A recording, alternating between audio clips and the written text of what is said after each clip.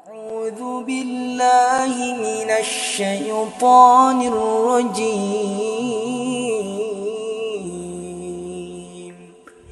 بسم الله الرحمن الرحيم.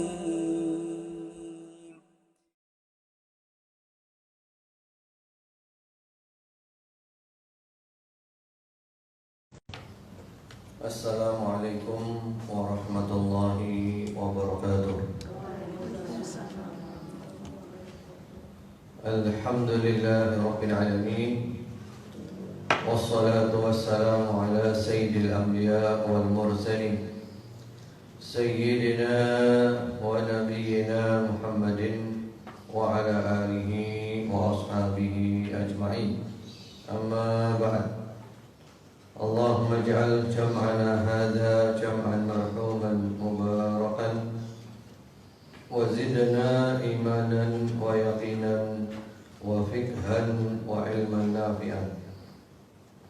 Puja dan puji syukur kita panjatkan hanya untuk Allah Subhanahu wa ta'ala. Salawat dan salam selalu tercurahkan untuk junjungan kita Nabi Muhammad sallallahu alaihi wa ala alihi wasallam, keluarganya, para sahabatnya, dan pengikutnya yang setia sampai hari kiamat nanti. Ibu-ibu dan saudari-saudari sekalian, akhwat fillah, jamaah Majelis Ta'lim Al-Firdaus, mudah-mudahan Allah jadikan kita semuanya sebagai calon-calon penghuni surga Firdaus. Allahumma amin. Insyaallah hari ini kita lanjutkan kajian dari kitab Tadhkiratus Sami' wal Mutakallim fi Adabil Alim wal Muta'allim, yang diterjemahkan dengan judul Keutamaan Ilmu, Penuntut Ilmu dan Ulama, serta adab-adab menuntut ilmu dan mengajar, yang ditulis oleh Imam Badruddin Ibnu Jamaah Al-Kinani Asy-Syafi'i rahimahullah ta'ala. Kitab yang sangat penting, termasuk rujukan utama dalam masalah adab penuntut ilmu. Mudah-mudahan Allah jadikan kajian kita penuh dengan rahmat kasih sayang Allah, penuh dengan barakah. Allah menambah kita semuanya keimanan, keyakinan, kefahaman, dan ilmu yang bermanfaat. Allahumma amin. Kita sampai mana? Ya, kita sampai di halaman 41, yaitu adab yang nomor ke-11. Dan ini merupakan hubungan mulai dari halaman nomor ke-23, yaitu ada adab-adab ulama atau orang berilmu terhadap dirinya ketika bersama muridnya dan dalam kajiannya. Dan kita baru membahas yang pertama, adab-adab ulama atau orang berilmu terhadap dirinya. Di dalamnya terdapat 12 adab, dan kita sudah membahas sampai yang ke-10, dan hari ini masuk yang ke-11. Mari kita baca sambil kita bahas satu persatu. Qala Syekhul Musannif rahimahullah ta'ala, berkata penulis kitab ini, semoga Allah merahmatinya. Di situ diberi judul tidak menolak untuk mengambil faidah dari orang lain sekalipun dia di bawahnya. Yang nomor ke-11, hendaknya tidak menolak mengambil faidah ilmu yang tidak diketahuinya dari orang lain, sekalipun orang tersebut berada di bawahnya dari sisi kedudukannya, nasabnya, atau usianya. Itu penting ibu-ibu, kita semuanya orang-orang berilmu atau para penuntut ilmu, tidak ada istilah gengsi untuk mendapatkan ilmu. Walaupun orang itu kedudukannya di bawah kita, nasabnya di bawah kita, usianya di bawah kita, selama kita bisa mengambil faedah ilmu dari dia, ambil. Ya, tidak ada istilah gengsi. Jadi misalnya ada orang pernah kuliah sampai S3, bahkan profesor sekalipun, jangan malu-malu untuk berada di majelis taklim, karena ilmunya berbeda. Ilmu yang Anda miliki berbeda dengan ilmu yang dikaji. Boleh jadi ilmu yang dikaji itu belum pernah Anda pelajari selama ini. Jadi tidak ada istilah gengsi. Karena itu kami paling berkesan, paling terkesan orang yang punya gelar ilmiah tinggi tapi mau ngaji di majelis taklim. Ada beberapa murid kami yang aktif hadir kajian, padahal gelarnya profesor, doktor, masih aktif dan belum pensiun. Itu mau datang di majelis taklim itu luar biasa ibu-ibu. Sehingga kami sering memuji beliau-beliau adalah orang-orang yang tawadhu, orang tawadhu. Karena biasanya orang kalau sudah merasa gelarnya tinggi itu gengsi mau hadir di majelis taklim. Orang kalau gengsi, sombong, ya dia tidak akan pernah dapat ilmu. Ada ungkapan yang sangat terkenal, al-ilmu harbun lil fatal muta'ali, kasaili harbun lil makanil ali. Ilmu itu pantangan orang yang sombong, seperti air banjir, maka pantangan tempat yang tinggi. Kalau ada banjir, airnya kemana ibu-ibu? Ya tempat yang rendah. Tempat tinggi tidak mungkin. Ilmu juga gitu. Orang kalau tawadhu selalu dapat ilmu. Karena itu para ulama menganjurkan, mumpung belum punya jabatan, yang semangat cari ilmu. Karena kalau sudah terlanjur punya jabatan, ada beberapa kemungkinan. Kemungkinan pertama, sudah punya jabatan, tidak ada kesempatan untuk belajar lagi. Kemungkinan yang kedua, sudah punya jabatan, maka gengsi mau belajar, apalagi berada di majelis taklim. Jadi tidak ada istilah gengsi. Dari manapun faedah itu kita ambil.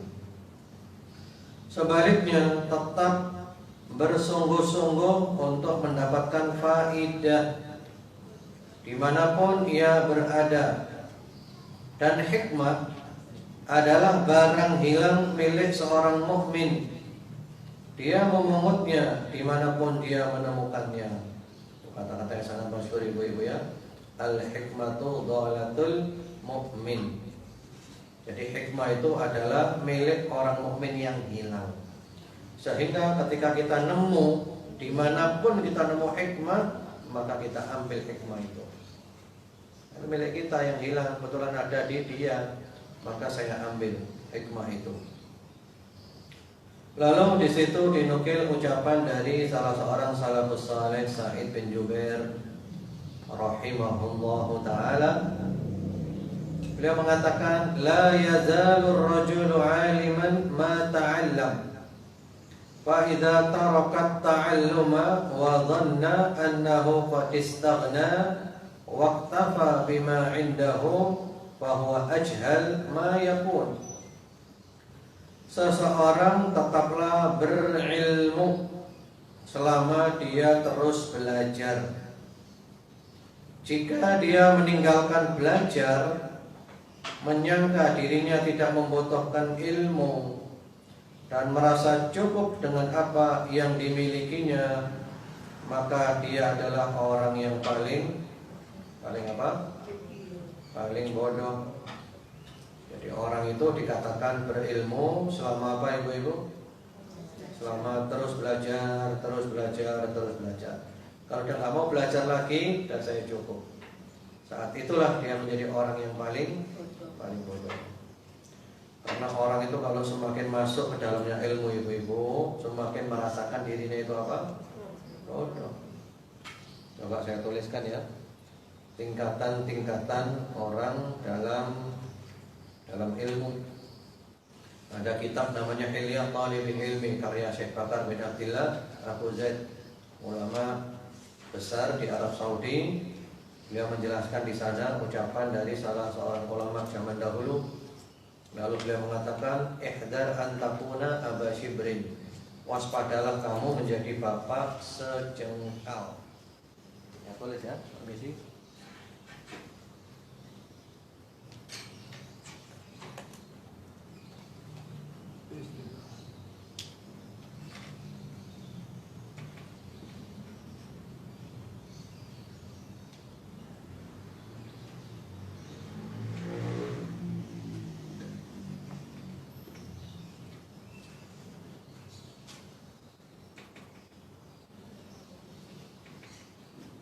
Kata-kata beliau, ihdar an takuna aba shibrin. Waspadalah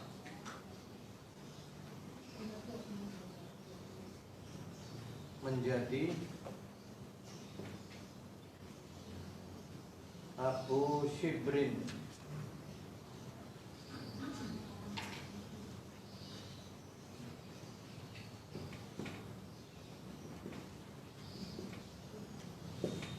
Abu Shibrin itu bapak sejengkal.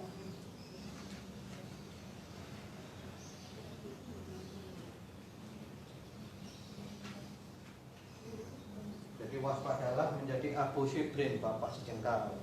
Kalau ibu-ibu mungkin Ummu Shibrin, ibu-ibu sejengkal. Waqad qila, karena dikatakan bahwa al-ilmu thalathatu asbab.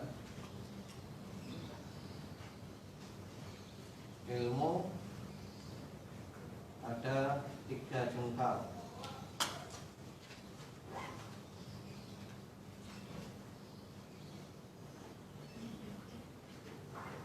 Yang pertama, orang yang baru masuk jengkal pertama, man dakhala fi shibril awal takabbar. Jadi orang yang baru masuk satu jengkal, di jengkal pertama,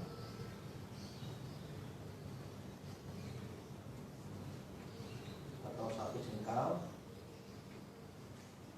maka dia itu sombong.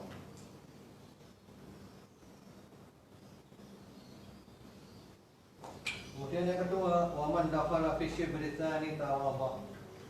Orang yang masuk ke jengkal kedua,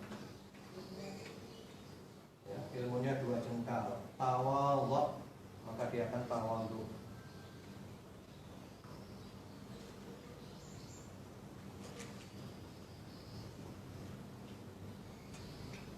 Yang ketiga, waman dakhala fi shibri tsalits. Orang yang masuk ketiga, ilmunya ada 3. Maka menyadari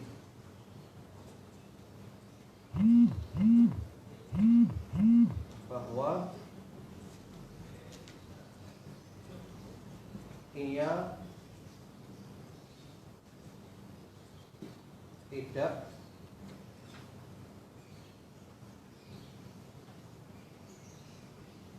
mempunyai ilmu. Nah, ini penting ibu-ibu. Jadi jangan menjadi Abu Shibrin. Kalau orang perempuan mungkin Ummu Shibrin, bapak sejengkal. Karena ilmu itu diibaratkan ada 3 jengkal. Kalau orang baru masuk jengkal pertama, biasanya apa? Sombong, merasa paling benar sendiri, walaupun tidak ngaku kalau merasa paling benar sendiri. Hakikatnya, kenyataannya merasa paling benar sendiri. Kemudian kalau dia terus belajar, masuk ke jengkal yang kedua. maka dia mulai apa? Tawadhu, seperti padi, semakin berisi semakin menunduk. Dia terus belajar, terus belajar, terus belajar. Akhirnya dia menyadari bahwa dia tidak punya ilmu. Waduh, saya nggak punya ilmu. Saya nggak punya ilmu. Contohnya masalah fikih saja ibu-ibu. Ini sekedar contoh ibu-ibu ya. Ada berapa madhab fikih? Berapa madhab? Yang terkenal 4 madhab kan? Hanafi, Maliki, Syafi'i, Hambali. Berarti sudah ada berapa pendapat? 4 pendapat. Dan ternyata sesama Hanafi pun ada beda pendapat. Sesama Maliki pun ada beda pendapat. Sesama Syafi'i pun ada beda pendapat. Sesama Hambali pun ada beda pendapat. Berarti ada berapa pendapat? Lebih dari 10, bahkan ada 20 pendapat. Semakin kita menyelami ilmu itu, maka semakin kita merasa tidak punya ilmu. Jadi kalau kita baru belajar buku fikih kitab kecil satu ibu-ibu, kita merasa paling apa? Paling pintar, nyala-nyalakan sana. Coba Anda baca kitab Al-Majmu' Syarah Al-Muhadzab, itu fikih lintas madhab. Atau Anda baca kitab Al-Mughni Ibnu Qudamah, fikih lintas madhab, maka kita akan menyadari bahwa kita nggak punya ilmu. Jadi itu penting ibu-ibu. Sehingga orang itu semakin belajar, semakin merasa dirinya apa? Dirinya bodoh. Tapi orang semakin tidak belajar, maka semakin merasa dirinya paling pintar. Baik, itu penting sekali. Jadi kita harus selalu belajar, karena ilmu ibarat lautan yang tidak bertepi. Apalagi kalau ibu memutuskan untuk menjadi orang yang berwawasan luas lagi dalam. Dan itu cara yang sekarang kami tempuh ibu-ibu. Kami memutuskan untuk mempunyai wawasan yang luas lagi dalam. Sehingga setiap ada perbedaan pendapat, kami selalu mengkaji kenapa ada beda pendapat, mengapa mereka berpendapat seperti itu. Dan kemudian kami dapat jawaban-jawaban. Ternyata mereka juga punya hujah, mereka juga punya alasan. Sehingga semakin orang ilmunya itu dalam, semakin dia itu sedikit mengingkari orang lain. Semakin orang itu ilmunya dalam ibu-ibu, semakin sedikit mengingkari orang. Karena apa? Karena dia tahu, dia juga punya hujah, dia juga punya argumentasi, dia juga punya dalil. Tapi semakin ilmunya orang itu dangkal, semakin dia gampang nyalahkan orang. Baik, kita lanjut dulu.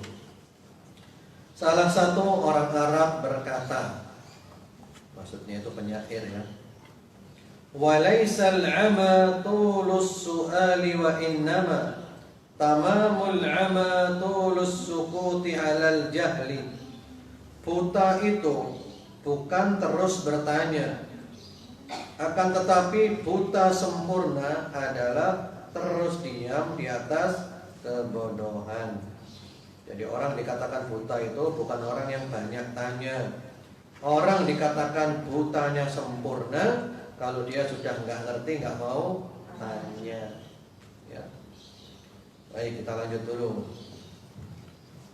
Beberapa ulama salaf mengambil faedah dari murid-murid mereka apa yang tidak mereka ketahui. Ini contoh ibu-ibu ya. Jadi belajar itu tidak boleh apa? Tidak boleh gengsi. Saya sebagai seorang guru, tapi kalau saya merasa ada murid saya punya ilmu yang saya tidak punya, saya ambil faedah dari dia. Saya tidak boleh malu. Walaupun dia adalah murid saya, tapi dia punya faedah yang saya tidak punya. Saya tidak boleh malu saya ambil faedah dari dia. Ini contoh dari salafus saleh, betapa mereka tidak malu-malu seorang guru mengambil faedah dari muridnya. Al-Humaidi rahimahullahu ta'ala, dia adalah muridnya Imam Asy-Syafi'i rahimahullahu ta'ala. Beliau berkata, sahibtu Syafi'iyya min Makkah ila Misra Fakuntu astafidu minhul masail wa kana yastafidu minni al-hadith. Aku menyertai Imam Asy-Syafi'i perjalanan dari Mekah menuju ke Mesir. Aku mengambil faedah dari beliau dalam banyak masalah, dan beliau mengambil faedah hadis dariku. Jadi perjalanan dari Mekah menuju Mesir lumayan jauh kan? Ya. Selama dalam perjalanan saling tukar apa? Saling tukar faedah. Aku banyak dapat masalah-masalah perincian-perincian dari Imam Asy-Syafi'i. Beliau guru Imam Syafi'i banyak ngambil faedah ilmu hadis dari aku. Jadi intinya ibu-ibu belajar itu tidak boleh apa? Tidak boleh gengsi, ya, tidak boleh gengsi. Harus siap untuk duduk di majelis taklim, kumpul dengan masyarakat. Ya, kita tidak boleh. Saya tidak mau kumpul dengan orang umum. Saya hanya mau kumpul dengan orang-orang yang selevel saya. Karena ada seperti itu ibu-ibu. Dan itu nanti ilmunya tidak barokah. Kalau kita mau ikut model ngajinya Nabi, yang ngaji di masjid, kumpul semuanya, mau kaya, mau miskin, mau tua, mau muda, semuanya kumpul sama-sama ngajinya. Jadi tidak dibedakan, tidak ada istilah gengsi. Sehingga orang-orang kafir Quraisy itu nggak mau ngaji di Nabi. Karena apa? Karena apa ibu-ibu? Karena orang-orang kafir Quraisy itu merasa gengsi harus kumpul dengan Bilal, dengan budak, dengan siapa? Khabbab, dengan Suhaib. Itu orang-orang melarat-melarat itu. Itu budak-budak usir dulu. Kami mau datang kepadamu, kalau budak itu kamu usir. Lalu Allah turunkan firman-Nya, kamu enggak boleh mengusir mereka. Wasbir nafsaka ma'al ladzina yad'una rabbahum bil ghadati wal 'ashiyyi yuriduna wajha wa la ta'du 'ainaka 'anhum turidu zinatal hayatid dunya wa la tuti' man aghfalna qalbahu 'an dzikrina wattaba'a hawa wa kana amruhu furta. Jangan mereka walaupun orang kaum lemah, kaum fakir miskin, tapi mereka orang sudah jelas, orang pasti, orang baik. Jangan gara-gara orang-orang sombong itu kamu usir orang-orang miskin yang baik itu. Jadi itulah yang menjadikan barokahnya ngaji zaman Nabi. Sehingga ada ulama dari Yaman ibu-ibu, dia bilang yang membuat ya barokah ngaji zaman dulu beda dengan ngaji zaman sekarang itu karena tak marbuto. Karena ada taknya itu. Ada huruf taknya, tak perempuan. Ya. Kalau dulu ngajinya itu di jami'. Kalau sekarang ngajinya di jami'ah.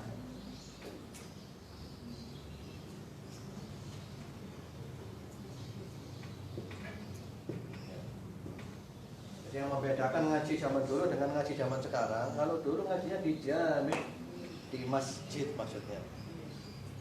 Kalau sekarang ngajinya di al-jami'ah, universitas. Ini enggak barokah lagi. Jadi bedanya apa? Ada tak marbuto namanya. Ada tak taknis, tak perempuan. Baik, kita lanjut dulu.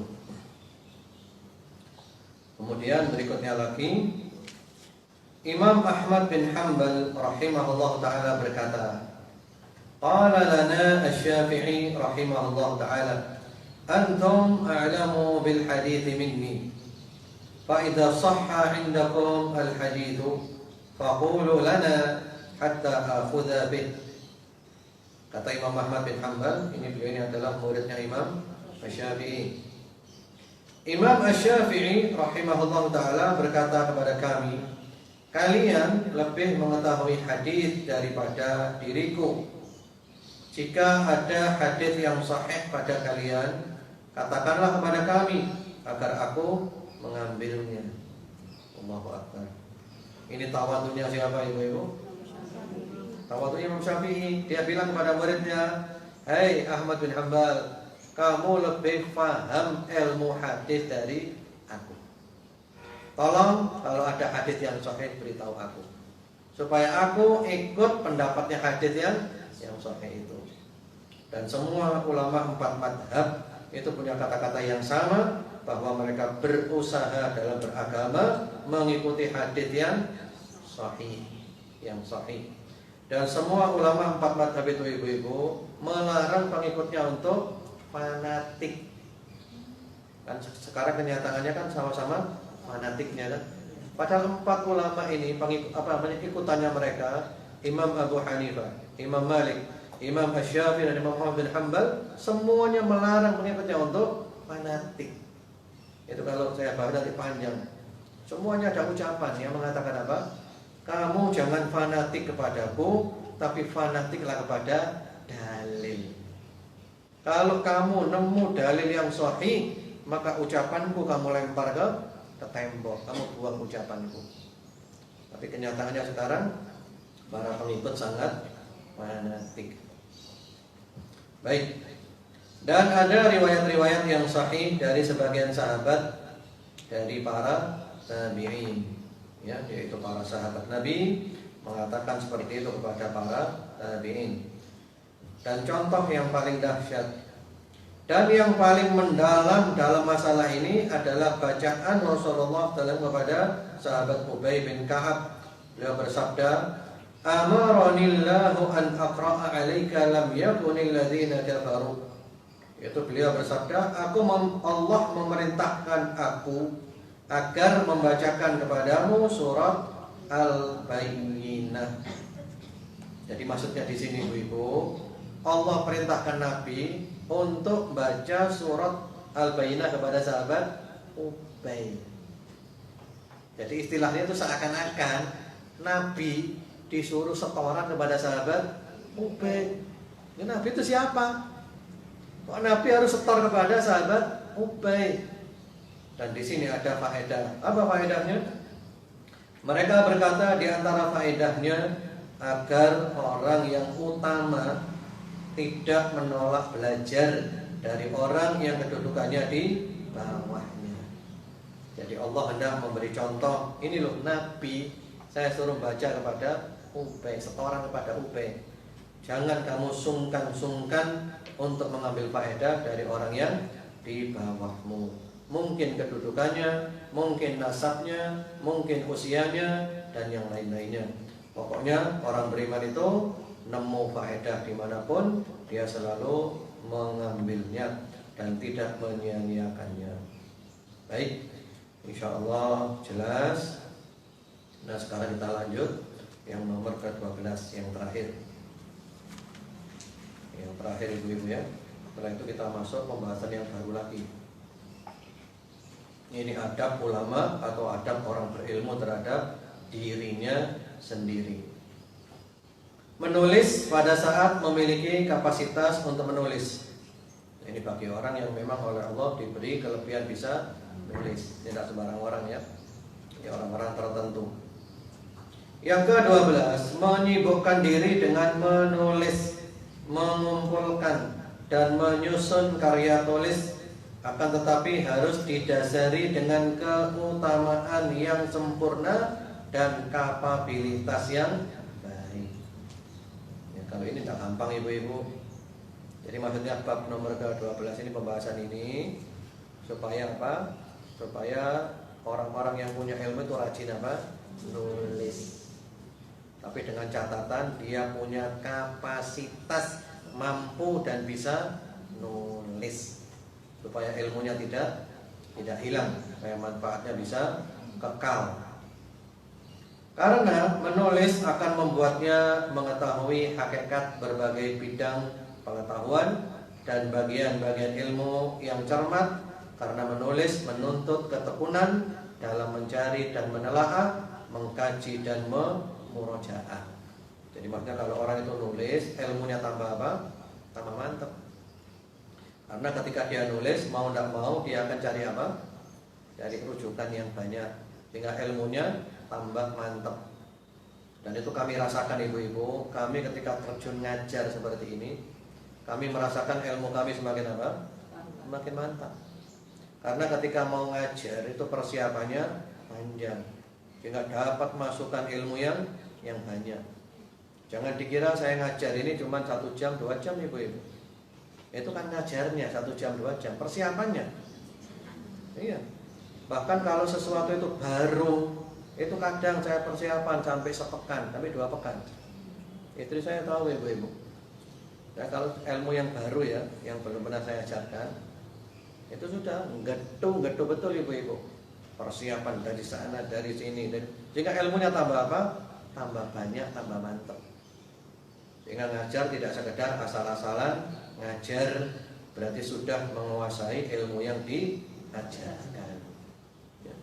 Sehingga ketika belajar dulu dengan ketika ngajar, kami merasakan ilmu lebih mantap ketika ngajar.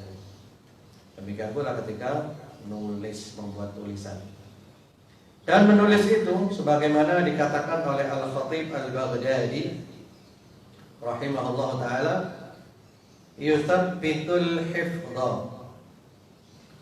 wa yuzkil qalba wa yashhadut tab'a wa yujidul bayana wa yuksibu jamilal dhikri wa jazilal ajri wa yukhalliduhu ila akhir dahri. Ini keutamaan nulis. Yang pertama, nulis itu menguatkan daya ingat. Yang kedua, menajamkan hati. Yang ketiga, menghidupkan tabiat, ya, karakter. Yang keempat, membaguskan kemampuan untuk menjelaskan. Karena dituntut dia untuk pandai dalam memberikan penjelasan. Yang berikutnya lagi, mendatangkan sanjungan yang baik. Walaupun itu bukan tujuannya, tapi itu otomatis. Dan pahala yang besar. Dan mengekalkan namanya hingga akhir zaman. Ini ada ulama yang berkata, kalau kamu ingin kekal, menulislah. Jadi kalau kamu ingin kekal, menulislah. Dan sekarang ini mudah kita menulis, cukup nulis di medsos, kita akan jadi kekal. Ya, meninggalkan bekas-bekas di medsos. Bahkan kalau zaman sekarang ini nggak perlu hanya menulis saja, termasuk bisa berbentuk suara, termasuk bisa berbentuk video. Sudah kita posting di medsos, maka kita akan kekal selama-lamanya karena masih ada jejak digital namanya, nggak bisa dihapus sampai kiamat nanti. Jadi kalau Anda ingin kekal, maka apa? Menulislah. Ya, alhamdulillah saya punya beberapa tulisan, baik yang sudah dicetak atau yang belum dicetak. Yang sudah dicetak resmi di penerbit yang resmi itu ada 2. Yaitu yang pertama buku Mata Air Inspirasi. Itu bagus ibu-ibu. Bukan sekedar muji ya, tapi insya Allah itu lengkap isinya. Ibu mau cari akidah, mau cari tauhid, mau cari akhlak, mau cari adab, mau cari masalah rumah tangga, mau cari apa, insya Allah ada di sana. Kemudian yang kedua adalah buku tentang ayat-ayat sukses. Dan itu dua-duanya diterbitkan oleh Proyu Media. Itu yang resmi dicetak. Ada juga yang dicetak lokal, oleh teman-teman sendiri, Majelis Ta'lim dan Dakwah Husnul Khotimah. Di antaranya buku fikih Ramadan yang sudah mengalami penyempurnaan terus, edit terus. Insyaallah nanti kita cetak lagi setelah diedit berikutnya biar tambah lengkap. Kemudian juga buku tentang manasik haji dan umrah. Kemudian saya juga sebenarnya punya tulisan-tulisan yang belum pernah dicetak. Saya dulu kalau ngajar ibu-ibu itu rajin bikin tulisan. Dulu zaman saya masih seneng megang komputer. Tapi sekarang setelah megang setelah megang HP dan iPad ini ibu-ibu, jadi malas megang komputer. Bahkan megang laptop pun males. Dan sudah kadung kena iPad ini, ya tidak bisa ke lain hati ibu-ibu. Sudah kadung kenaan, ya. Dulu di antara materi-materi yang sering saya bagikan kepada jamaah pengajian, di antaranya adalah tafsir juz amma. Alhamdulillah saya punya tafsir juz amma lengkap, tapi belum dicetak. Kemudian juga Syarah Arba'in Nawawi. Itu saya punya tulisannya, tapi belum dicetak, itu masih berupa file-file ya. Dulu saya bagikan. Kemudian Akidah Wasithiyah Ibnu Taimiyah, itu saya punya syarahnya lengkap, tapi belum dicetak, masih ada file-filenya. Dan beberapa tulisan yang lain. Dan di sini juga banyak tulisan ibu-ibu. Saya banyak nulis, saya senang nulis ibu-ibu. Cuman untuk dicetak itu kadang timbul perasaan ya gak perlu misalnya tulisan. Wallahu a'lam. Mungkin nanti kalau saya meninggal barangkali bisa diambil di sini nanti. Ada ribuan tulisan saya. Nanti barangkali saya meninggal bisa disusun lagi, diterbitkan. Sehingga jadi apa? Kenang-kenangan setelah mati nanti. Karena dengan menulis insya Allah ilmunya semakin terkenal. Wallahu a'lam. Kita lanjut dulu. Kemudian yang lebih patut memperhatikan bidang yang manfaatnya menyeluruh dan banyak dibutuhkan. Itu penting ibu-ibu. Jadi nulis itu bukan karena hobi nulis, tapi nulis itu karena ini masalahnya dibutuhkan dan perlu disebarkan. Berbeda dengan orang yang memang hobinya itu apa? Nulis. Inilah yang membuat tulisan ulama salafus saleh dulu lebih berkah daripada tulisan orang sekarang. Salafus saleh dulu kata-katanya singkat tapi maknanya padat. Orang sekarang banyak kata-katanya tapi maknanya sedikit. Karena apa? Itu tadi, karena hobi nulis, senang nulis, memperbanyak halaman supaya nanti diterbitkan dapat uang banyak. Apalagi hanya kerjanya adalah nulis. Ini kayak pekerjaan akhirnya. Ini nggak barokah lagi. Hendaknya perhatiannya tertuju pada lahan yang belum digarap. Jadi mikir, yang kira-kira perlu itu apa ya? Yang diperlukan itu yang mana ya? Nah itu saya tulis. Berusaha menggunakan ungkapan-ungkapan yang jelas, menghindari panjang lebar yang membosankan, dan ringkasan yang tidak menunaikan tujuan. Itu juga penting ibu-ibu. Kalau ibu senang nulis ya.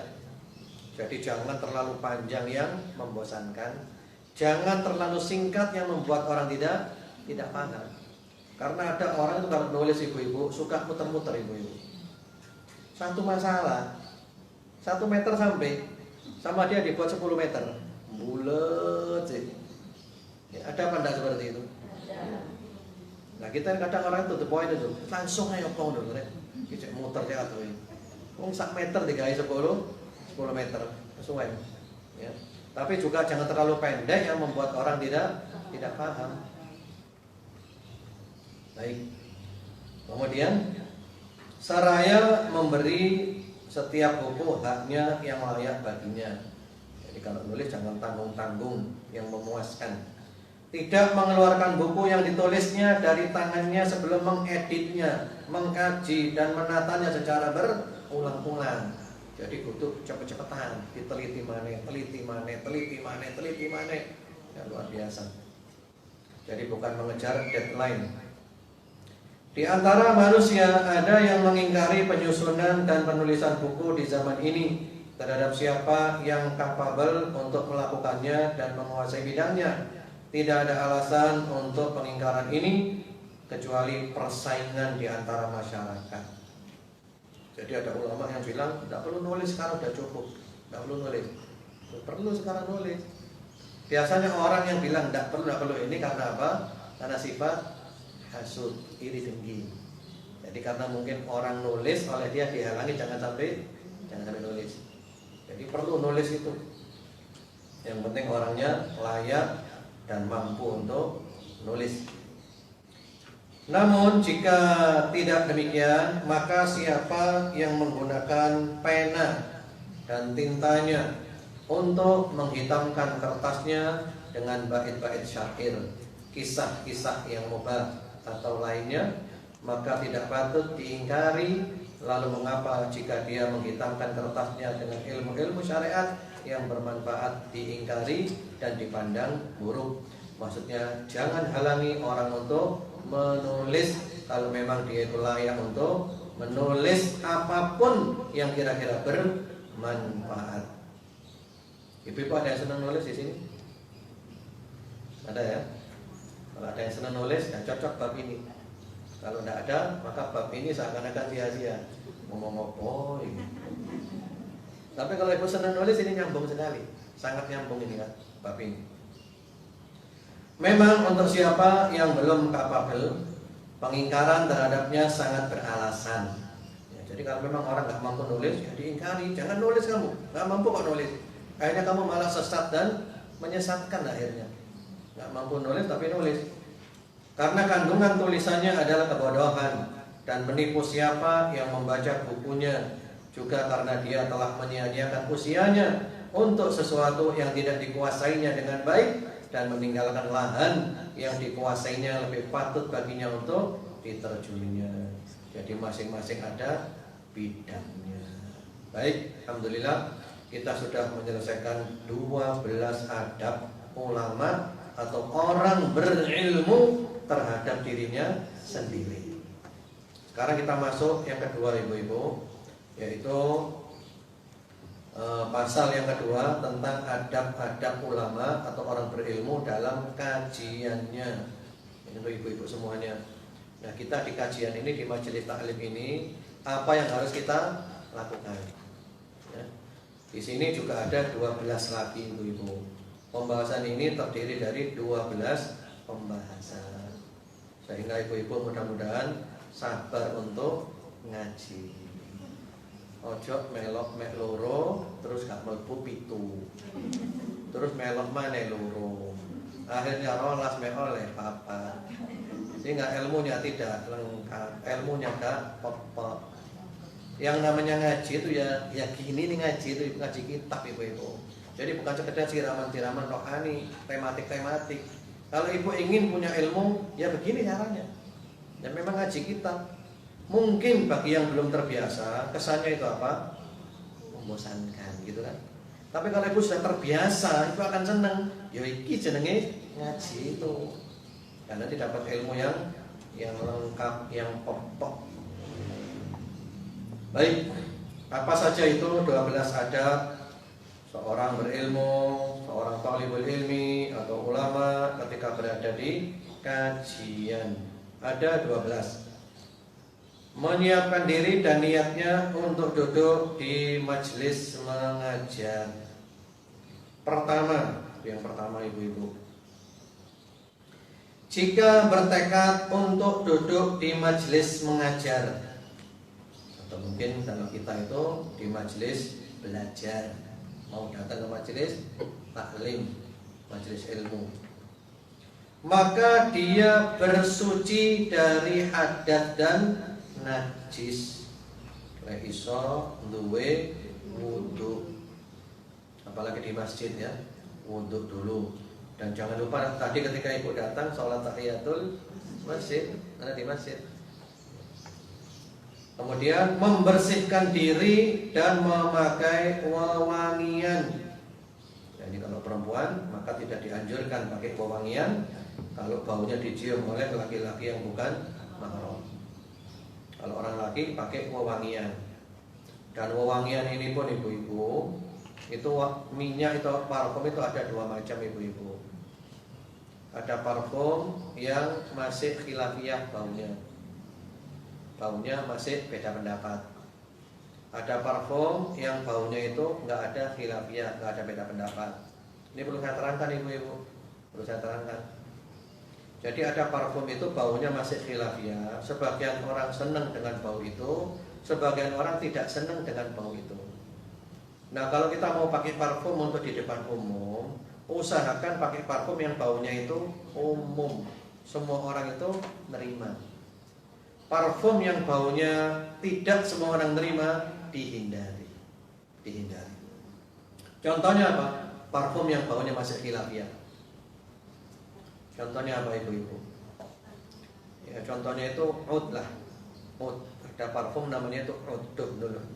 Jadi kayu gaharu yang kemudian diambil jangannya. Itu kalau mau yang asli ibu-ibu, yang asli mahal ibu-ibu. Saya pernah beli di Mekah, di depannya Masjidil Haram, di toko parfum namanya Abdus Somad Al-Qurashi. Itu toko paling keren se-Arab ibu-ibu. Sengaja saya kepingin beli parfum paling mahal untuk ibadah kepada Allah. Ya, parfum Oud paling mahal nomor 1 pokoknya wis. Itu 3 mili ibu-ibu, 3 mili. Itu harganya $100. 3 mili $100. Tak juta setengah ibu-ibu. Ya. Ini baunya, Masya Allah, kalau orang senang baunya kayak di surga. Luar biasa baunya. Tapi tidak semua orang senang ibu-ibu. Saya pernah lupa pakai parfum itu, ngisi pengajian ya ibu-ibu di majelis taklim. Saya lupa pakai itu ibu-ibu. Ya ketika pengajian ibu-ibu modelnya gak mumet kabeh. Modelnya mumet kabeh. Ada yang pakai apa? Pakai apa? Sapu tangan gini. Ada apa ibu-ibu ini? Saya baru ingat, oh mungkin saya salah pakai parfum ya. Ini parfum si Nyong-Nyong kata ibu-ibu. Ini mendatangkan rajanya jin ini. Jadi walaupun mahal tapi tidak semua orang senang. Padahal kalau yang asli itu enak ibu-ibu. Jadi kalau yang murah ya 3 mili 10.000. Nah, itu insya Allah kita bisa pingsan kalau kena ini. Ya. Jadi kalau mau pakai parfum, parfum yang umum saja. Yang parfum khusus itu untuk pribadi. Baik. Memakai pakaiannya yang terbaik, yang patut di kalangan masyarakat. Ya, jadi guru mengajar atau murid pengajian pakai baju yang paling bagus yang dia miliki. Tentu kalau perempuan harus jauh daripada tabarruj, ya, tidak tabarruj ya. Tujuannya adalah menghormati ilmu dan menghargai syariat. Ini ilmu yang dihargai syariat ini. Jadi pakai baju yang paling bagus. Jadi hadir pengajian bukan asal-asalan. Pakai kaos oblong, gak sopan itu ibu-ibu. Nanti ilmunya enggak barokah. Tergantung pengagungan kita kepada ilmu dan majelis ilmu, di sanalah barokahnya ilmu. Kemudian jika orang-orang datang kepada Imam Malik rahimahullah taala untuk mendengarkan hadis, ya, apa yang beliau lakukan? Beliau mandi dulu. Jadi kalau mau ngisi pengajian, Imam Malik itu mandi dulu, memakai wewangian dan pakaian yang bagus, meletakkan kain selempangnya di atas kepala. Jadi mirip pakai kayak sorban gitu ya. Kemudian duduk di tempat khusus yang tinggi. Tempat tersebut diasapi dengan kayu harum sampai selesai. Jadi dibakarkan apa? Dupa. Kan senang dupa kan orang Arab itu ya. Biar apa? Wangi. Jadi bukan untuk dukun itu ibu-ibu. Ya, jadi dupa itu untuk supaya baunya wangi. Ya, karena orang Arab itu sering pakai dupa ibu-ibu. Jadi bukan dukun itu, supaya baunya wangi. Subhanallah, sampai segitunya mereka menghargai ilmu dan majelis ilmu, sehingga pantas kalau ilmunya mereka ilmu yang barokah. Imam Malik berkata, "Uhibbu an u'azzima hadits Rasulullah sallallahu alaihi wasallam." Aku ingin memuliakan hadisnya Rasulullah sallallahu alaihi wasallam. Mandi dulu, pakai baju yang bagus, yang wangi, duduk di tempat yang terhormat, nyalakan dupa dulu. Untuk apa? Saya mau sampaikan hadisnya Rasulullah sallallahu alaihi wasallam. Ya, sampai segitu memuliakan Rasulullah Muhammad sallallahu alaihi wasallam. Kemudian dia sholat istikharah 2 rakaat jika waktu tersebut bukan waktu yang dilarang untuk sholat. Loh, kenapa kok sholat istikharah? Ini diterangkan oleh Syekh Shalih Al-Utsaimin, ulama dari Madinah yang mensyarah kitab ini. Ini sholat istikharah ini kemungkinan kalau pertama ngajar atau pertama belajar. Misalnya saya diminta ngisi di suatu majelis taklim gitu kan. Maka sebelum saya terima, saya sholat istikharah dulu, minta petunjuk Allah. Saya ngisi di sana panda itu. Demikian pula ibu-ibu kalau mau ngaji ke guru, istikharah dulu. Saya ngaji tidak ke guru ini gitu. Paham tidak maksudnya ibu-ibu? Karena kalau sudah ngaji rutin tidak perlu lagi istikharah.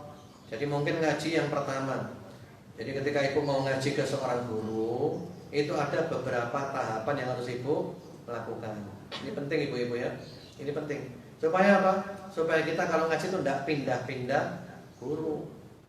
Karena orang kalau ngaji pindah-pindah guru, itu ilmunya tidak akan barokah. Karena pindah-pindah guru itu menyakiti hati guru.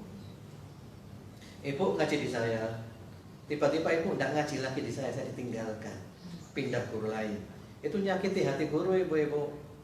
Sengaja atau tidak sengaja, otomatis nyakiti hati guru. Yang ngomong bukan saya, yang ngomong ini para ulama di kitab-kitab mereka, termasuk di dalam kitab Ta'limul Muta'alim. Sehingga para ulama menasehatkan, kamu kalau mau ngaji kepada guru itu jangan asal-asalan ngaji. Kamu teliti dulu siapa guru ini,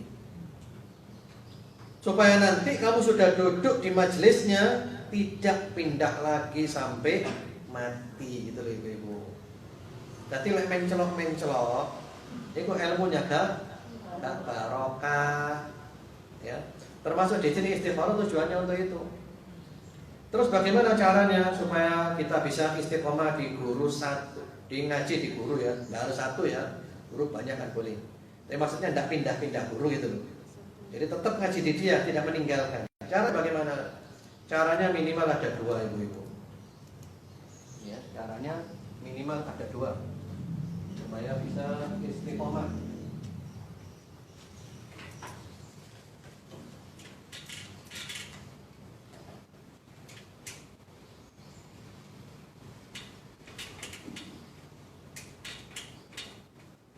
Cara memilih guru.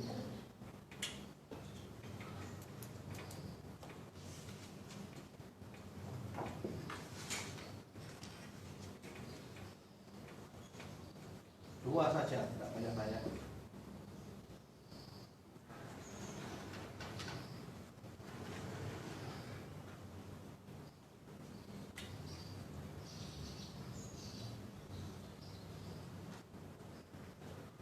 Ilmunya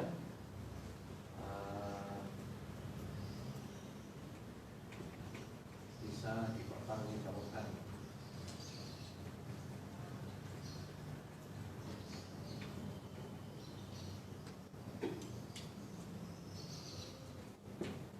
Yang kedua,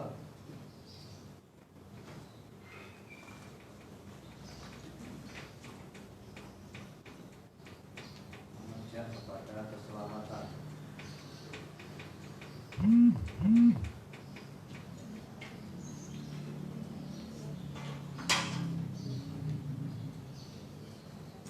Jadi sebelum ibu memutuskan untuk ngaji, itu kan para ulama wasiat kan, kamu kalau masuk suatu daerah, sebelum kamu ngaji kepada guru yang ada di sana, kamu jangan gerusa-gerusu ngaji.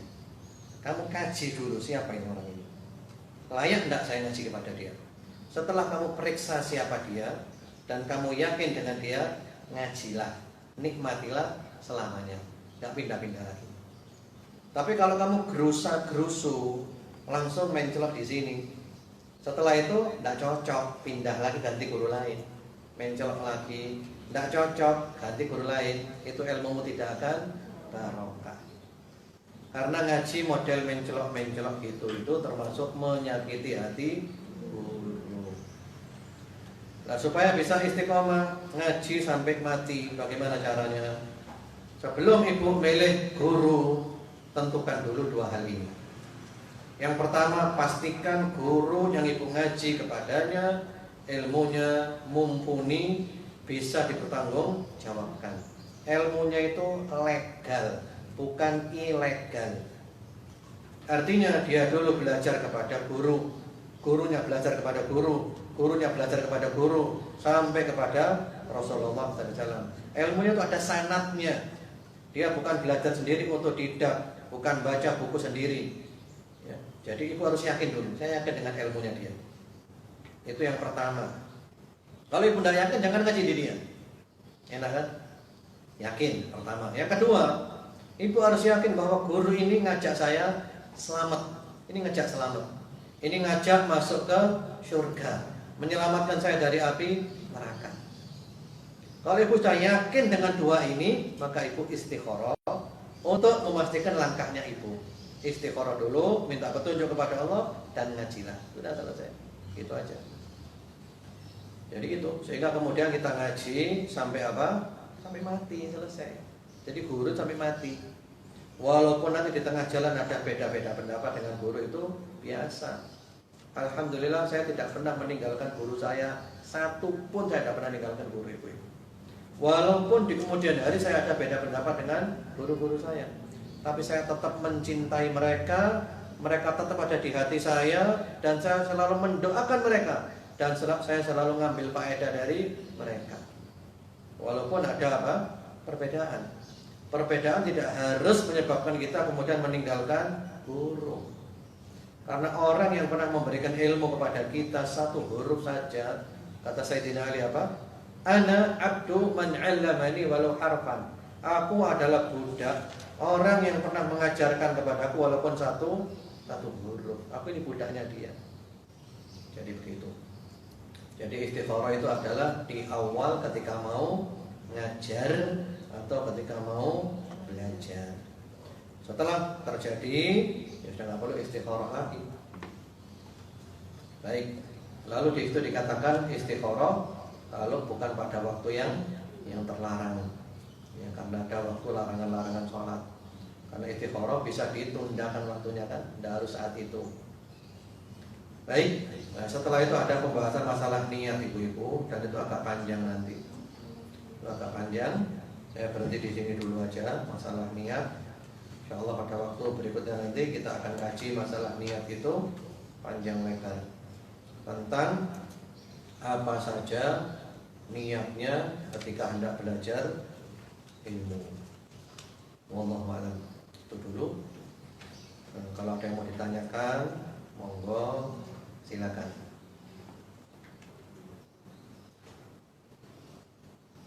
Jadi kita berhenti di niat itu. Insyaallah nanti pertemuan berikutnya kita akan bahas panjang lebar, dan itu penting ibu-ibu ya. Ketika ibu mau hadir pengajian itu niatnya apa saja. Insyaallah pada pertemuan nanti. Baik. Dan kita sekarang ada banyak waktu untuk tanya jawab. Monggo silakan kalau ada yang mau ditanyakan. Tafadhol. Wallahu a'lam.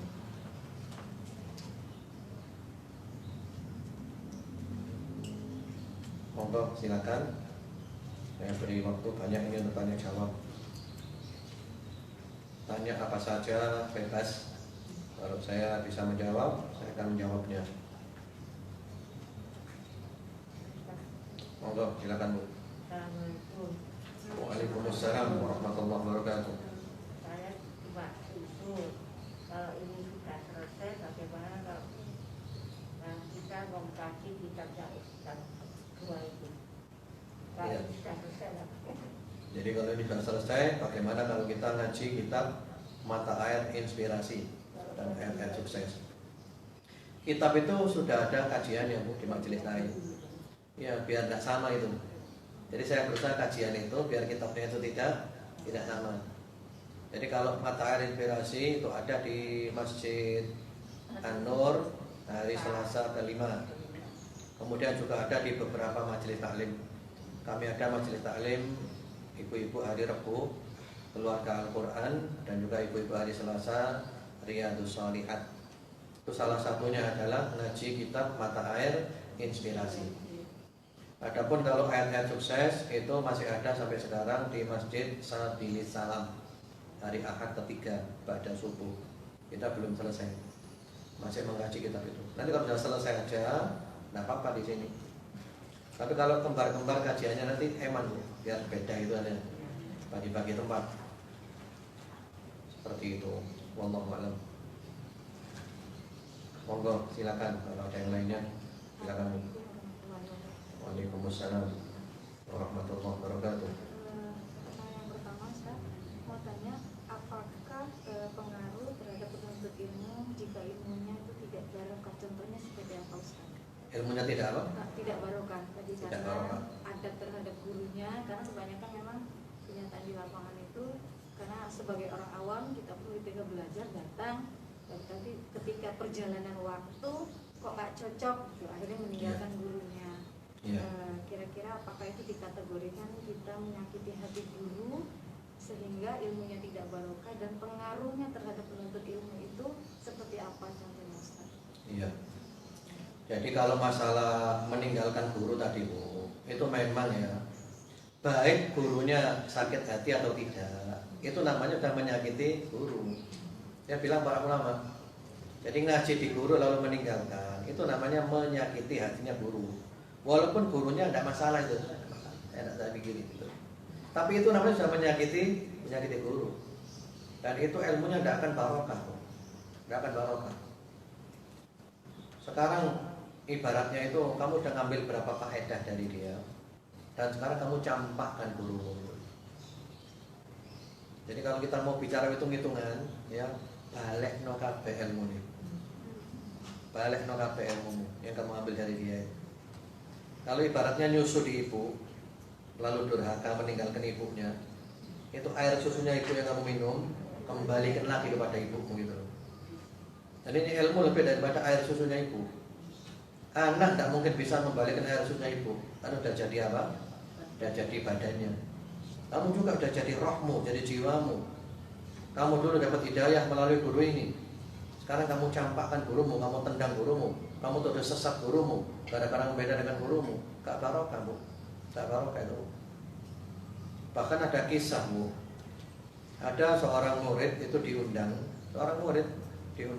pengajian di tempat lain.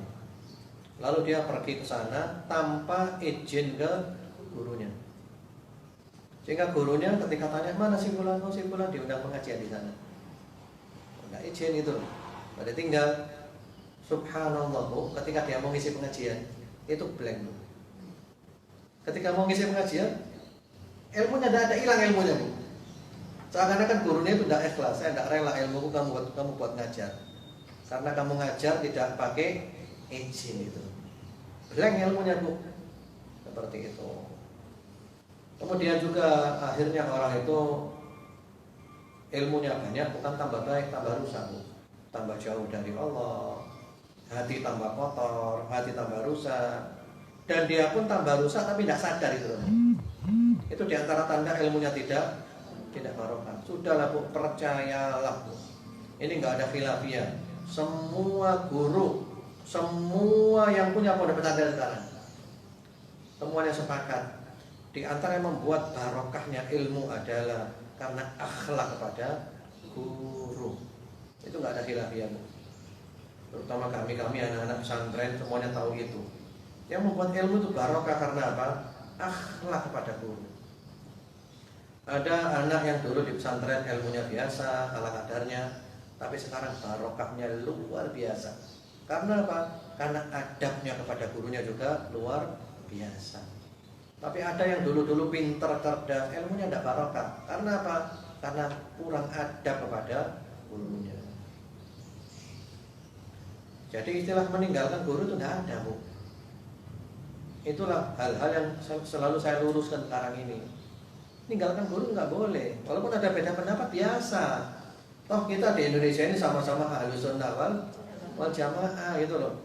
Kecuali kalau gurunya itu berubah, keluar dari Ahlus Sunnah wal Jamaah, gurunya jadi Syiah. Gurunya mencaci maki sahabat, mencaci maki istri Nabi, ya tinggalkan. Karena dia sudah keluar dari Ahlus Sunnah wal Jamaah. Kalau di kita ini sama, gurunya dulu NU, sekarang jadi Muhammadiyah. Gurunya dulu Muhammadiyah, sekarang jadi NU. Ini padha wae, sama-sama Ahlus Sunnah wal Jamaah. NU, Muhammadiyah, Al-Irsyad, Persis, Abaid, Salafi, Jamaah Tabligh wal Muslim, sama semuanya itu. Cuman kita ya diberi opini seakan-akan dia itu tersesat, syubhat, nyimpang. Itu penggiringan opini.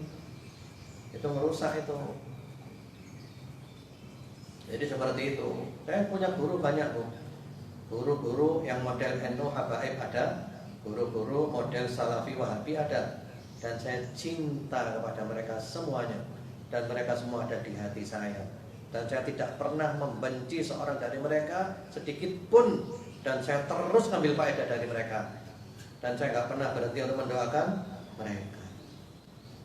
Ya, seperti itu. Walaupun apa? Walaupun berbeda, toh tetap dalam koridor Ahlus Sunnah wal Jamaah. Nah sekarang ini masalahnya, ada beda pendapat sedikit, langsung yang ada di benaknya itu apa? Sesat, menyesatkan. Beda masalah musik. Ini musik haram, ini musik dibagi. Kalau positif tidak apa-apa, negatif tidak boleh. Sudah berarti dia telah sesat. Ini apa? Ini ajaran agama apa ini? Ini pembodohan ini. Ini pembodohan. Dan itu apa? Gara-gara apa? Pengiringan opini di medsos. Tapi kalau ibu ngaji di kitabnya para ulama, biasa, beda pendapat biasa. Nggak harus bunuh karakternya orang, nggak harus jatuhkan kehormatannya orang, seperti itu. Ini ajaran-ajaran bahaya. Setiap ada beda pendapat, membunuh karakter, menjatuhkan kehormatan. Ini agama model apa ini? Sehingga nanti orang ngaji, akhlaknya bukan tambah baik, ngaji akhlaknya tambah buruk. Gimana ini, kamu dulu tidak ngaji akhlakmu baik, sekarang kamu ngaji akhlakmu rusak. Terus jangan ngaji, balik ke biar mana itu. Dia nabi awakmu kita baru rusak kan. Seperti itu. Silakan Bu. Penting itu Bu. Ini penting sekali ya. Ini penting sekali. Baik, wallahu a'lam. Monggo silakan kalau ada lagi, tafadhol. Silakan Bu. Kalau kita dulu itu ngajinya itu jauh gitu ya. Ada yang nganter anak-anak gitu. Tapi anak-anak udah berkeluarga semua. Iya. Kita ngaji itu apa kategori meninggalkan ustaz apa gimana? Soalnya kita ngambil yang terdekat. Iya. Jadi ibu dulu ngaji di satu ustaz. Karena sekarang jauh, pindah ustaz yang dekat gitu kan. Kalau itu bukan termasuk meninggalkan ustaz.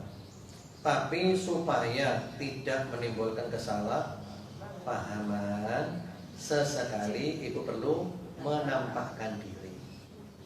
Jika ustaznya yakin bahwa ibu tidak meninggalkan ustaz itu. Tapi kalau tiba-tiba ngilang, nggak pernah menampakkan lagi, maka kadang ustaz punya pikiran, ojo-ojo iki wis apa? Ngaji di tempat lain, tidak mau lagi dengan saya.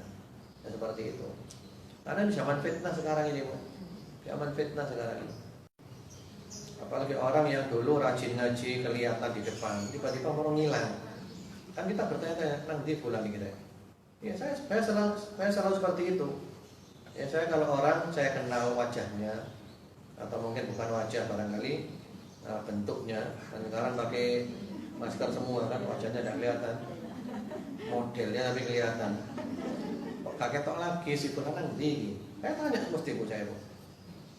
Betul, saya sering cerita pada istri saya, wis mudah-mudahan saya kena, mudah-mudahan saya tetap kena. Walaupun tidak ngaji, mudah-mudahan dia masih baik-baik saja. Saya sering bilang gitu, saya itu eman, moro pindah guru dan menuduh saya apa? Sesat. Eman. Saya bilang apa? Awakmu itu rusak, tapi awakmu gak sadar.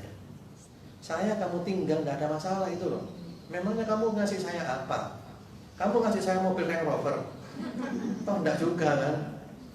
Artinya kamu ngaji di saya, kamu enggak ngaji. Bagi saya enggak ada pengaruhnya gitu loh. Cuma saya sebagai guru tuh eman. Awakmu itu rusak, tapi gak sadar rusak itu loh. Lah masa gurunya diwaras sesat Katilah apa awakmu ini? Seperti itu. Betul, saya sering tanya, mana si fulan enggak pernah kelihatan lagi. Tolong tanyakan si fulan kemana. Seperti itu. Kalau ternyata benar-benar dia pindah guru lain, tidak mau ngaji sama saya lagi, ya Allah, hemat deh, sangat kenal rusak hari itu, rusak, gak sadar rusak. Kalau masuk gurunya diwaran sesat, subhanallah, seperti itu. Jadi saya tidak rugi, cuman itu sifat saya sebagai seorang guru, karena saya merasa jiwa saya sebagai seorang bapak. Guru itu ibaratnya apa? Bapak. Yang ngaji di saya anggap sebagai apa? Anak saya, anakku, ya, nang dia ada kira, tadi ada durhaka, seperti itu. Baik, wallahu a'lam. Jadi begitu Bu ya. Jadi usahakan ibu tetap muncul sesekali untuk menghindarkan prasangka buruk, dianggap ibu meninggalkan dia. Apalagi sekarang zaman apa? zaman fitnah. Jadi ceritanya di gini saya iki apa? Rebutan murid. Yang paling kasihan itu adalah halayak ramai. Karena ngajinya itu viral-viralan. Sopo sing viral melok iku. Sopo sing gak viral ditinggalkan. Nanti ibu ketika saya berusaha memviralkan diri, ibu bingung sendiri nanti. Iya. Mungkin saya kalah viral ngaji di kono kabeh ngono kan. Oke, tak get wis der saya viral. Mereka tinggal lirin mana? Gak izin. Ini namanya bukan ngaji, ibu. Itu jenenge apa? Jenenge itu asik-asikan toh. Asik-asikan itu namanya. Apa namanya? Kebiar-kebiaran itu kan, rami-ramian, viral-viralan. Nanti kalau sana nggak viral, nggak ngaji di sana, ngaji di sini. Ketika sini viral, ketika sini karena viral dengan sana ngaji sana lagi. Iki ya apa? Ya mumet dhewe wong ngono iki. Ya ngaji itu wis longgo jelek sampai mati. Itu namanya ngaji. Yang sering saya beri contoh itu Pak Idris dan Bu Idris. Itu sering ngaji sampai mati. Seperti itu. Jadi beda pendapat itu biasa. Yang penting tetap dalam koridor Ahlus Sunnah wal Jamaah. Kecuali kalau saya kemudian berubah, saya mengajarkan ajaran Syiah, Rafidhah, mencaci maki sahabat Nabi, istri Nabi, Al-Quran itu sudah diutak-atik. Nah, tinggalkan saya tidak apa-apa, wajib tinggalkan saya kalau seperti itu. Tapi kalau selama dalam koridor Ahlus Sunnah tidak boleh ditinggalkan. Beda pendapat itu biasa, warna-warni itu indah kalau kita pandai dalam menyikapi. Jadi demikian. Wallahu a'lam. Monggo silakan kalau ada lagi. Monggo silakan Bu. Waalaikumsalam warahmatullahi wabarakatuh.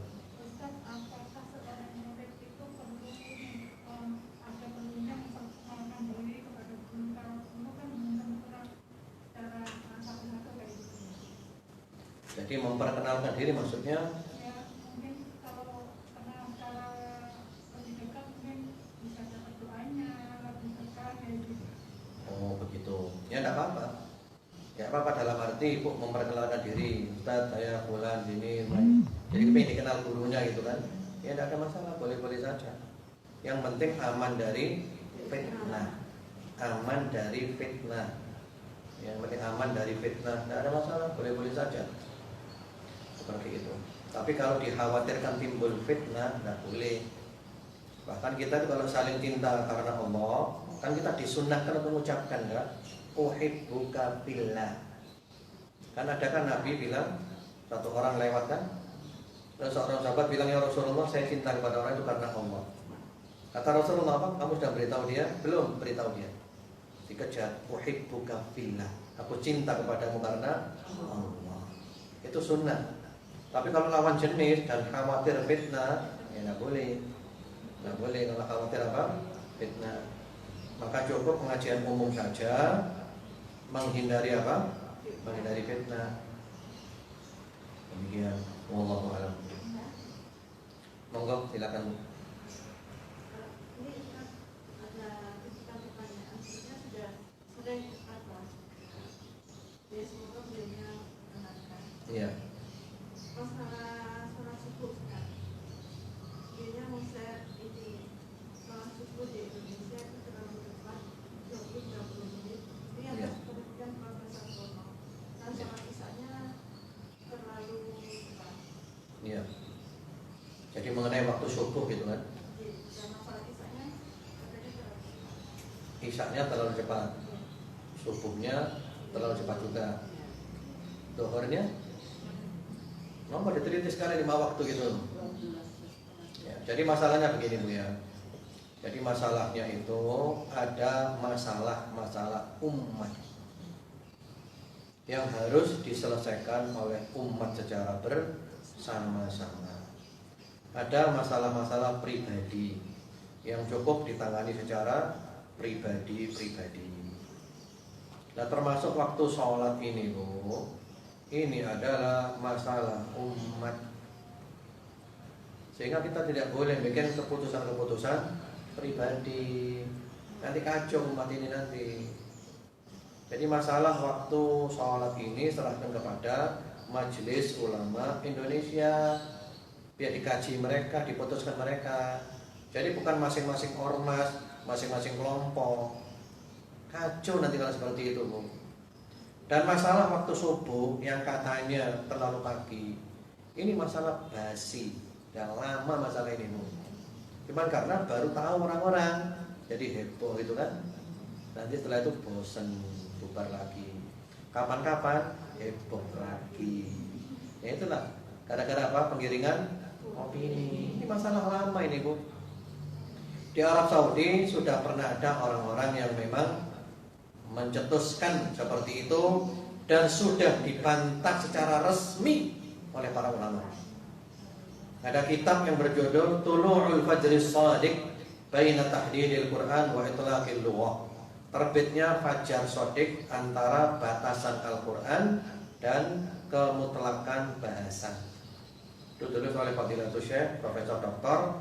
Ibrahim bin Muhammad As-Subaihi yang diberi muqaddimah oleh Mufti Arab Saudi sama Hadus Syekh Abdul Aziz Al-Syekh dan diberi muqaddimah oleh Syekh Shalih bin Fauzan Al-Fauzan. Yang mana di dalam buku itu dibahas tuntas bahwa waktu subuh yang ada ini adalah benar. Yang mengatakan tidak benar itu justru yang keliru. Dia salah dalam memahami Fajar Shadiq. Jadi waktu subuh yang ada ini benar, Bu, nggak salah, benar. Ya. Seandainya pun salah dan kita ikut, kita tidak salah, karena kita ikut prosedur yang benar.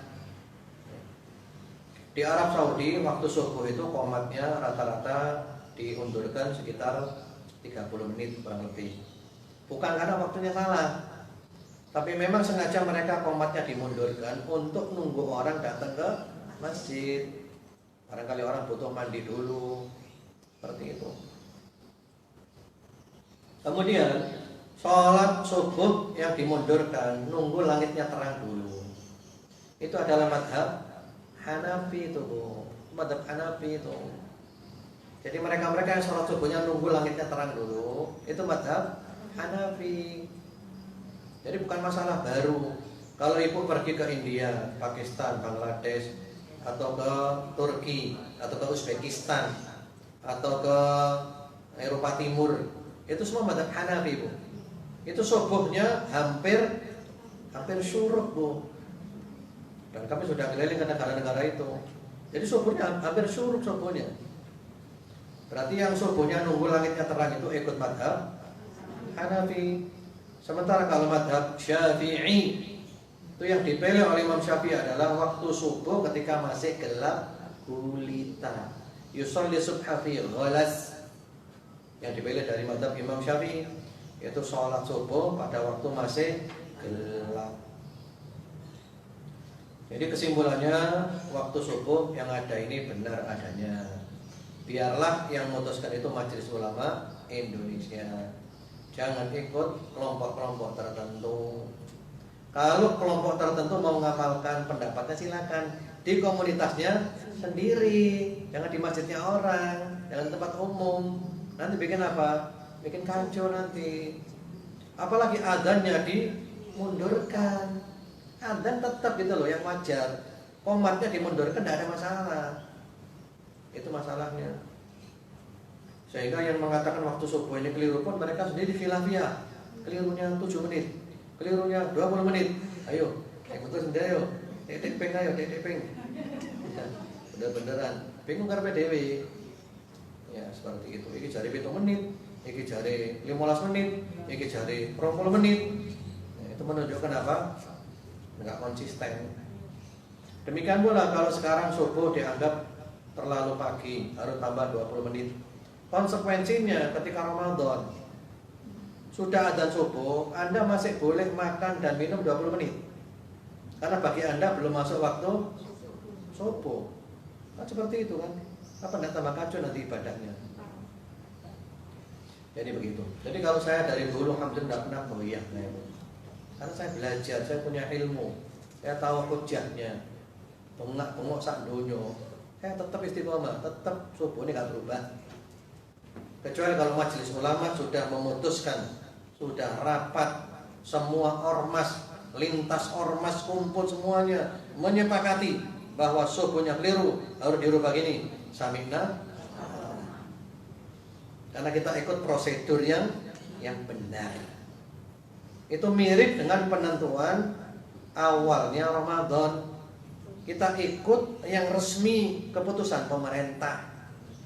Seandainya pun pemerintah salah ketika memutuskan, kita tidak salah, karena kita ikut prosedur yang resmi. Tapi kalau kita ikut prosedur yang salah, maka kita dianggap salah walaupun kita benar sekali. Sudah salah prosedurnya. Ilmunya seperti itu. Jadi dari dulu saya tidak pernah goyang. Ya tetap subuh seperti ini. Apalagi saya pernah lihat sendiri di tengah laut. Ya teman-teman yang mengklaim lihat-lihat itu, waduh berani banget ibu-ibu. Ngajak orang-orang takmir masjid diajak nang pantai di numpak perahu getek. Mereka melaku nang tengah-tengah laut ini. Oh gak ketok, pajarin, gak ketok. Langsung, gak ketok dibanding gak ketok. Loh enak gitu loh. Lihat fajar bukan seperti itu. Lihat fajar itu setiap pagi sepanjang tahun. Kak mau numpak perahu di pinggir laut. Oh gak ketok. Ngawur kabeh wong iki. Itu kamu ke tengah laut dulu, setiap subuh kamu lihat. Hari ini kelihatan apa enggak? Besok kelihatan apa enggak? Besok lihat apa enggak? 1 bulan, 2 bulan, 3 bulan. Nanti satu saat akan kelihatan. Oh iya, sudah saya teliti 1 tahun. Ini keputusannya. Gampang kayak ngono ibu-ibu. Dan saya sering berada di tengah laut, di pengeboran minyak Chevron, di Selat Makassar, di Weseno namanya. Itu di tengah laut ibu-ibu. Dari daratan jaraknya, kalau dari Balikpapan 200 kilo, kalau dari Bontang 60 kilo, tengah laut, gak ketok apa-apa, ketok langit kalau laut tok. Saya ke helipad, ke tempatnya, ya apa namanya, tempat helikopter ke atas sendiri, saya lihat tiap pagi. Untuk melihat fajar sodik seperti yang ada di Al-Quran di surat Al-Baqarah, hatta yatabayyana lakumul khaytul abyadu minal khaytil aswadi minal fajr, itu yang garis itu kan. Jadi pertemuan antara langit dengan bumi kan, itu ada semacam garis itu kan. Itu sulit dilihat zaman sekarang. Karena setiap kita lihat di ufuk sana itu selalu tertutup oleh entah itu awan atau polusi atau apa, tertutup tiap hari. Jadi nggak pernah kelihatan. Mungkin setahun kelihatannya cuma 1 atau 2 kali saja. Jadi harus delok selama setahun. Lagi gak takmir masjid itu tua-tua umur 70, umur 70, diajak nang laut, numpak perahu getek. Kaketok, bareng rebutnya masjid itu. Kaketok, keliru kabeh. Ya opo sampai di sampai delok ping piro pisan. Delok pisan tok di pinggir laut maneh. Nang tengah laut kono sampean. Setahun di kono sampean. Delok padahal sodek keluar apa enggak. Ceroboh sekali ibu-ibu. Lu itu Ustaz, ada penjelasan ilmiah di YouTube Ustaz bahwa fajar ini keliru. Ilmiah pakai banget. Gampil ngono-ngonoan itu. Itu hanya penggiringan opini. Nggak video ilmiah kayak ngono itu gampil, super gampil. Itu mek butuh orang yang bisa menjelaskan dengan cara-cara model kayak ilmiah. Gampil ibu-ibu. Engko tak golek ngomong sing iso jelasno bahwa waktu sapa bener. Model ilmiah lebih ilmiah dari itu. Itu gampil ngono-ngono itu. Lah orang-orang sekarang kan dalilnya kan di YouTube kan. Iki lho ilmiah. Ya Allah, awakmu iki mumet akhirnya kan. Iya, gampang, kayak mana gampang. Nanti saya cari ke ibu, teman saya nanti saya suruh bikin gitu. Kayak ilmiah. Waktu subuh yang ada ini adalah benar adanya. Gampang. Itu hanya penggiringan apa? Opini. Ya. Sekali lagi ibu-ibu sudah dibahas tuntas oleh ulama. Kalau perlu silakan ibu nanti download kitabnya. Tapi bahasa Arab. Saya baca apa? Nah, ini biasa baca bahasa Arab lah model-model sampean. Nah, itu juga pernah dibahas di majalah As-Sunnah dulu. Dan sampai sekarang masih ada jejak digitalnya. Nanti kalau ibu perlu, saya kirimkan linknya. Itu pernah dimuat di majalah As-Sunnah dulu bahwa waktu subuh yang ada ini adalah benar adanya. Yang nulis kebetulan teman saya sendiri, Ustadz Muhammad Ali dari Pasuruan. Jadi begitu. Jadi waktu subuh yang ada ini benar Bu, tidak keliru. Yang bilang keliru tidak apa-apa, kamu amalkan sendiri di komunitasmu. Jangan masuk masjidnya orang, nanti kacau. Ini masjidnya sopo mesti wong. Moro-moro dikongkon melok pendapatnya DE. Yolah ngaco kamu ini. Masjid Al-Ghifari saya tegur ibu-ibu. Al-Ghifari itu adanya dimundurkan sekitar 20 menit. Saya tegur takbirnya, tak bener awakmu ini, keliru. Ngawur awak ini. Adanya tetap seperti biasa. Komatnya mau setengah jam tak mau karepmu. Tapi adan juga diundur no. Ngawur ae. Enggak bisa terus kadung Ustaz. Nanti kalau balik lagi timbul fitnah Ustaz. Sekadung. Ini kadung kadang-kadang jangan pantai ngono. Karena pantai lebih ngarepe dhewe. Dan sekarang menyesal semuanya ibu-ibu. Karena apa sih hal-hal baru itu pertama nyata menarik.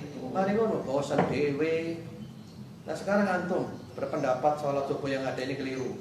Antum keluar kota di sana. Masjidnya itu adanya tepat waktu dan komatnya 10 menit misalnya. Ya apa terus? Apa enggak pernah ke masjid terus? Sholat di rumah terus karena beranggapan masjidnya itu keliru semuanya. Atau yang lebih lucu lagi, kalau di masjidnya dia dimundurkan. Kalau di masjidnya orang tidak apa-apa di awal waktu. Ini seringnya ngarepe dhewe ini namanya, tidak punya prinsip. Berarti apa? Ikut-ikutan dalam beragama. Jadi kesimpulannya, Anda berbeda tidak apa-apa silakan. Tapi jangan diterapkan di tempat umum. Amalkan di komunitasmu sendiri, di pondokmu sendiri. Karena kalau kamu bawa ke tempat umum nanti akan terjadi apa? Ribut. Di Yaman itu ada satu ulama, kayak ketika sowan ke rumahnya, itu juga punya pendapat waktu subuh terlalu pagi, sehingga dia subuhnya itu dimundurkan. Tapi dia tidak pernah nyuruh masjid untuk memundurkan. Dia sendiri dengan komunitasnya yang memundurkan. Ustaz Ja'far Umar Talib ibu-ibu, mantan panglima laskar jihad itu, di masjid beliau di Degolan, kilometer 15 di Ihya Sunnah, Kaliurang, Jogja sana, itu dari dulu kalau sholat subuh itu siang. Nah itu sudah terang dari dulu. Karena beliau ikut madhab Hanafi dari dulu.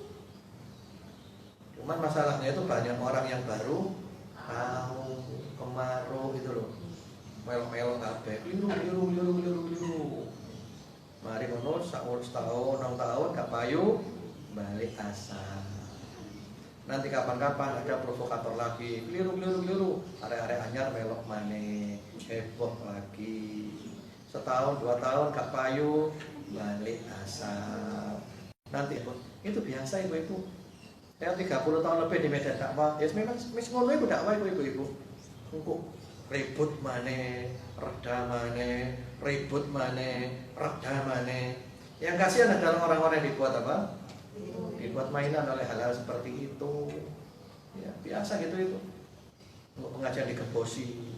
Ya, wes gede digembosi, jalan, gede mana digembosi. Dari dulu begitu itu. Dari dulu gitu itu, tidak ada yang baru. Tidak ada yang baru sama sekali. Yang bingung adalah orang-orang yang baru. Karena dianggap itu sesuatu yang baru. Kan boleh ibu. Baik, mudah-mudahan jelas ibu. Jelas ya? Wallahu a'lam. Mungkin itu dulu, mudah-mudahan bermanfaat. Semoga Allah berikan kepada kita semuanya sehat walafiat, sehat walafiat, istiqamah sampai mati husnul khatimah. Allahumma amin. Subhanallahumma bihamdika asyhadu an la ilaha illa anta astaghfiruka wa atubu ilaik. Assalamualaikum warahmatullahi wabarakatuh.